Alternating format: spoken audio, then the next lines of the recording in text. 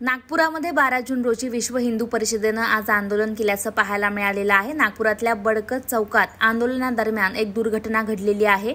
आतंकवाद्यांचा पुतळा जाळताना 3 जण जखमी झाल्याचं समोर आलेलं आहे। दरम्यान जम्मू काश्मीरमध्ये नुकत्याच झालेल्या आतंकवादी कारवायांचा निषेध नागपुरातल्या बडकत चौकात करण्यात आला।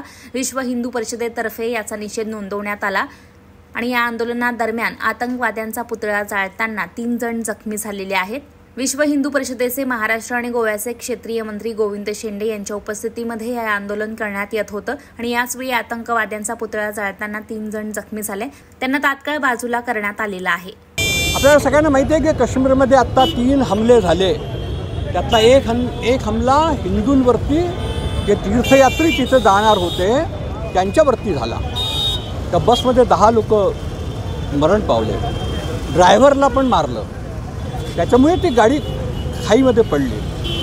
अशा हमला करण्याच्या मागचा जो उद्देश आहे तो फक्त इतका फ्रस्ट्रेशन आहे की आता जे काश्मीरमध्ये इलेक्शन झालं त्याच्यामध्ये जवळपास 60% मतदान झालं, असं याच्या आधी कधीच झालेलं नाही। दहशतमध्ये मतदान होत होतं 5 ते 10%।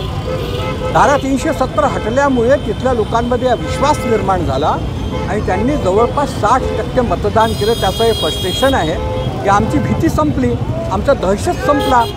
तो पुन्हा निर्माण करण्याचा एक असफल प्रयत्न आहे, तो कधी आम्ही सफल होऊ देणार नाही। म्हणून आम्ही केंद्र सरकारला पण, गृहमंत्रालयाला पण आणि तिथल्या राज्यपालांना पण निवेदन केलं आहे की आता 29 तारखेपासून जे अमरनाथची यात्रा प्रारंभ होणार आहे, बुढा अमरनाथ यात्रा प्रारंभ होणार आहे, त्याच्यामुळे लाखोंच्या संख्येमध्ये भाविक जातील, त्यांची सुरक्षा व्यवस्था सुनिश्चित करावी।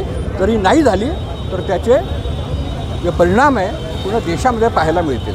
इतिहासात पहिल्यांदा झाला आहे की नागरिकांवर हमला झालेला आहे, हे किती घातक असेल? बिलकुल घातक आहे ना, हेच तर घातक आहे। त्यामुळे फ्रस्ट्रेशन आहे आणि त्या फ्रस्ट्रेशनमध्ये काय करायचं तर निरीह नागरिक जे आहे, निहत्य नागरिक जे आहे, ज्यांचा काही संबंध नसतो त्यांच्यावर ते हमला करून समाजामध्ये दहशत निर्माण करायची, हाच त्याच्या मागचा उद्देश आहे।